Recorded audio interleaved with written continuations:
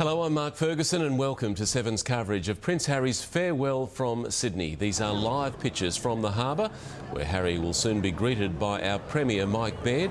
He will then meet the many members of the public who've turned out to say goodbye. He's wrapped up the last of his duties with the Australian Army before leaving for a tour of New Zealand tomorrow.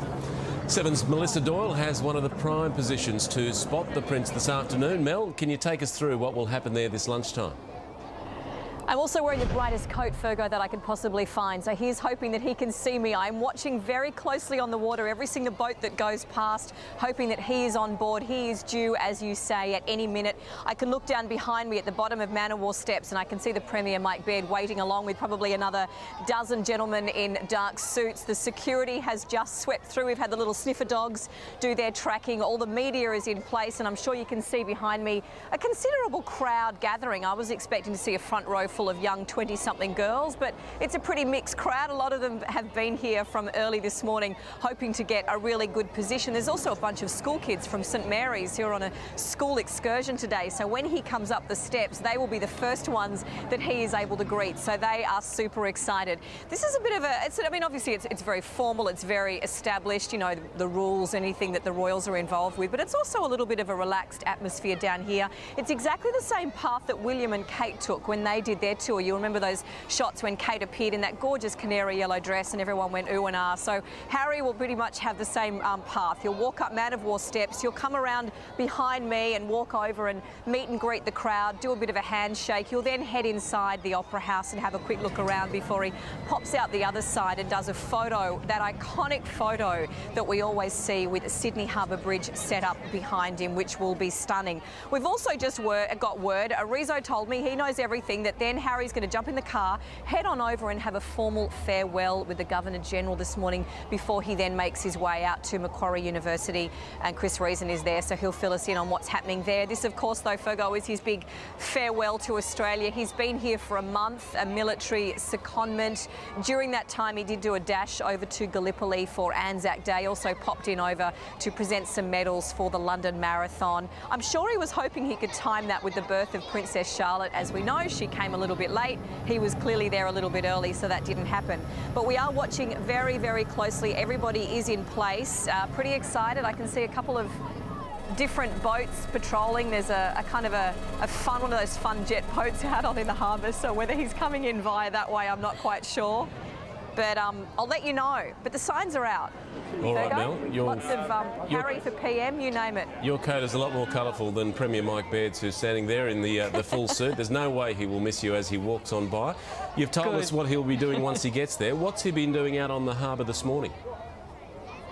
There was a little bit of confusion as to where exactly he was and what he was involved in. So people would have seen those magnificent shots this morning of the Black Hawk helicopters making their way over Bondi Beach. Now, there was some speculation that maybe he was in one of those, but we are not quite sure. There was a New South Wales police-led exercise at Holsworthy Barracks this morning. We have had confirmation that Captain Wales was not involved with that, but he was part of an urban training session that's been conducted over at Garden Island Defence Precinct, kind of a stone's throw of where I am this morning. But a lot of things when you're talking about royalty, and obviously officials are fairly hush-hush. For example, this meet and greet itself today was only announced at the last minute yesterday. Often the media is only informed in the very last hour before as to where he's going to be at exactly what time. But we were told 12:30, so we're waiting. I'm watching.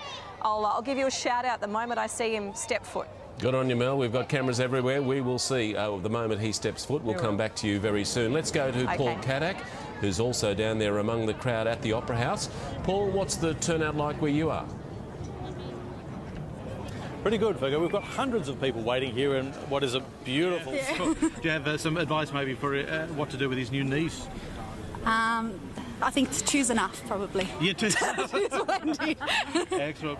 Is her here with her family and Isabel's here with her? Isabel, what made you want to come down and be part of this? Like Melissa said, it's a once-in-a-lifetime opportunity for our children and for us that live in Sydney. Yeah. A bit of red-headed solidarity today too? Of course. You know, I'd like to think that we're related somewhere along the line, but... Right. And I mean, what is it about Harry that draws such a crowd, do you think? He seems to be a genuine nice guy, and I think everybody has seen him grow up, and he's turned into a really wonderful young man. So we're just here to say hello and thank you for coming to visit us down under. Excellent. All right, enjoy. Thank you. Thank you. So, as Mel has said, Fergo, we're expecting Prince Harry at any time after his busy morning with those military exercises, part of his deployment here to Australia. And this crowd is very keen, as I say. Some have been waiting since very early this morning to be part of this and hopefully get a chance to have a quick chat with the Prince. Good on you, Paul. We'll come back to you very soon. Joining me here in the studio now is Angela Mollard from New Idea magazine. Angela, thanks for your time this afternoon. It's been a long time between public outings on this trip. It's a very different trip to our normal royal tours, isn't it? Yes, he's not a show pony prince, is he? He's gone out there and he's almost like the James Bond of the royal family. You know, we've seen him in helicopters, speedboats now. Look, Kensington Palace tweeted last night that he's felt really welcome and really enjoyed this visit. We've seen him in Tiger helicopters. We've seen him with the SAS in Perth. He's been with Indigenous communities. He's gone out and bought a pork roll. There's the lovely mix of ordinary and extraordinary about him, I think. What would it mean for him to mix with the Australian Defence Force, and what would it mean for the Australian Defence Force to mix with the Prince? Oh, I think, you know, somebody of that calibre who's you know, a genuine fighter. He's been to Afghanistan, he's done 2 tours of duty, and he's a curious man. You know, he goes to Africa and does things here. He uses his royal role for betterment, I think. I think, you know, it would have been a mutually enjoyable experience. And he wasn't just put in a helicopter. He had to earn the right to go on those flights. He had to show that he was capable of it. So, you know, it's not just, you know, tricks for the rich guy. You know, he's had a great time. This is his last public appearance, one of his few public appearances on this trip. He leaves us then to go to New Zealand, then back home, and his time in the military is fast coming to an end. What will that be like for him to step out of the military after that many years, and what's next on his agenda? Change is always hard, isn't it? So I think it'll be interesting. His next plan is to go to Africa and work in wildlife and conservation, which is very dear to him and very dear, obviously, to his father. He's going to do that, then he's going to think about what he wants to do next. But he once said, there are 3 parts to me: the soldier, the person that's Prince Harry, and then the person behind closed doors. So how he fills that number 1, that soldier, you know, role, we'll have to wait and see. But he's got enormous public appeal, and I think anything he does, he'll do it with great depth, meaning, but also fun. He's almost there. He's almost coming up to the Man of War steps, where he'll be met by the official party, including Premier Mike Baird. Does he enjoy the official part of the job? Does he enjoy the official meet and greet? He's always said he doesn't really like it that much, but I think he balances it by doing the fun stuff. You know, he's not like William, and he's always said he's very grateful that he was not the firstborn. He gets to do a bit of both. He has to do the meet and greet, the handshaking. He said from a very young age it was very boring sitting around dinner parties and being at official engagements, but he seems to do it with good spirit and with a lot of joy. And from anyone I know who's spoken to him, he said he's very natural at it. You know, he has a proper conversation with you, which is, you know, a great gift, really, to be able to do that. He's just about to step ashore. Much has been made of him being over this side of the world when the new little princess was born on the other side of the world. Do you think he'll be homesick? Do you think he will have missed all that, or do you think he's a bit more independent than that? Oh, no, I don't think he's missed it at all. You know, he's got a mobile phone. He's been to the AFL. You know, would he want to have been in a hospital ward? No. Look, he's going off to New Zealand after this. He'll be back. He'll be taken back into the fold of the family. I think he loves the various components of his life, and, you know, who'd want to be in a stuffy palace when you can be out on our harbour? Stepping ashore in full military uniform, as you'd expect for this tour, meeting the officials there on the Man of War steps, and he'll soon make his way up towards the Opera House. Expecting a few Marry Me Harry signs around. What's his status at the moment? Single? Well, apparently he's single, and if he has met anyone here, he's been very discreet about it. I wish one of these girls out here today could grab him, because we need another Princess Mary type in magazine land. So, girls, if you're there, slip him your phone number. Do your best. Do your best. Speaking of slipping your phone number, let's go back to Mel at the Opera House. Mel, what are you seeing from where you are? What are you saying? I haven't got my phone number, Fergo, but I tell you what, if I had $1 for every girl in the newsroom that said, Mel, while you're there, look, here he is. He's arrived, obviously chatting, but the official party's come down to greet him. I'm looking around in the harbour and I can see a number of police divers obviously on patrol. Security is pretty tight down here. I've got to say though, I mean this with all respect to him, but not quite the crowd that we had when William and Kate were here, but certainly security is just as tight. We saw them sweep through with the police dogs earlier. But look, if you can see here too, the crowd all aligned at pretty much every vantage point everyone can find right along the harbour, leaning over. There's crowds up here. There's also a bunch of very, very excited primary school students from St Mary's all waiting patiently here at the very top of the Manor War steps. Lots of little princesses, so I'm sure their mums are at home. But here he comes. I can hear the crowds doing a cheer out. Mel, you mentioned the crowds, but it's a very different tour, this one, to when William and Kate came out with baby Prince George. A lot of publicity leading up to their time at the Opera House. This was sort of arranged rather at the last minute, so you wouldn't expect the Opera House to be packed this morning.